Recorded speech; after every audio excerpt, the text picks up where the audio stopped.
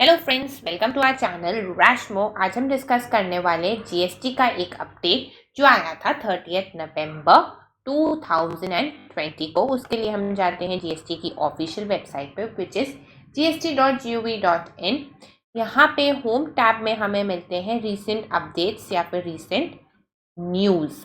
अब उसमें से हम रीसेंट वाले में से डिस्कस जो करने वाले हैं that is the 30 November update which is the update on auto population of e-invoice details into the GSTR1 return. Let's discuss. 30 नवंबर 2020 को आया हुआ ये अपडेट उन नोटिफाइड टैक्स पेयर्स के लिए है जो ई इनवॉइसेस इशू करते हैं या जिन पे ई इनवॉइसेस का कंसेप्ट एप्लीकेबल है। 1 अक्टूबर 2020 में एक अपडेट आया था जिसमें कहा गया जिनका एनुअल टर्नओवर 500 करोड़ को एक्सीड कर रहा है उनके पे ई इनवॉइसेस का कंसेप्ट लगेगा। तो 30 नवंबर 2020 को उनके लिए ही एक एडेड फैसिलिटी इशू करने के लिए यहाँ पे ये कंसेप्ट आया कि जो भी इनवॉइसेस इशू करते हैं उनकी डिटेल्स ऑटो पॉपुलेट हो जाएगी in respect of tables of GSTR1।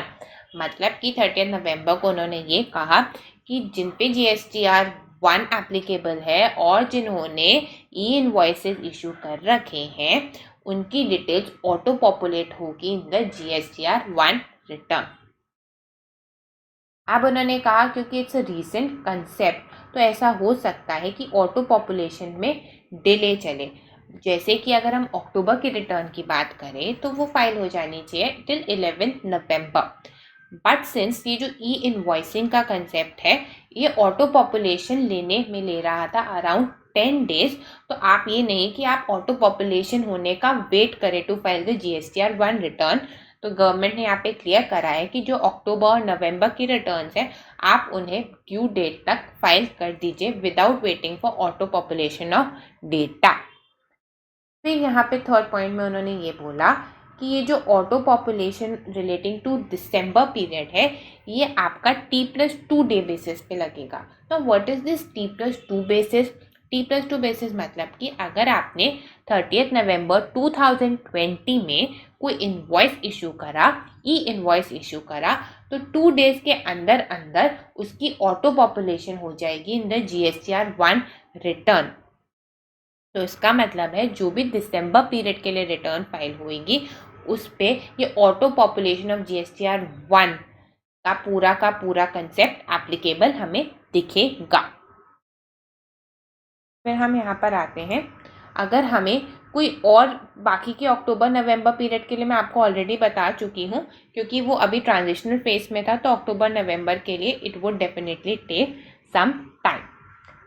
बाकी डिटेल एडवाइजरी अगर आपको इसके ऊपर कि वो कैसे मेथड होगा ऑटो पॉपुलेशन का ये सारी डिटेल्स देखनी है तो आप जा सकते हो GSTR1 के डैशबोर्ड में। वहाँ पे आपको ई इनवॉइस एडवाइजरी में सारी के सारी मेथडोलॉजी ऑफ ऑटो पॉपुलेशन के बारे में पता लग जाएगा।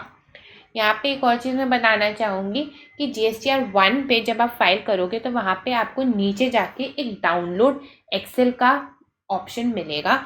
उस एक्सेल से आप में सारी जो भी ई इनवॉइसेस इशू करे होंगे उनकी सारी details along with the amount in excel format आप डाउनलोड कर सकते हो और अपने डेटा की एक्यूरेसी को चेक कर सकते हो।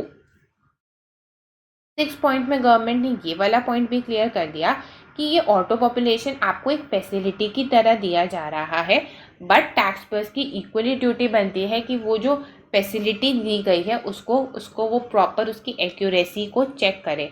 मतलब जो ऑटो पॉपुलेट होकर जो डेटा आ रहा है आप उसकी एक्यूरेसी को इंडिविजुअल बेसिस पे ज़रूर चेक करें from the perspective of filing of GSTR1 return.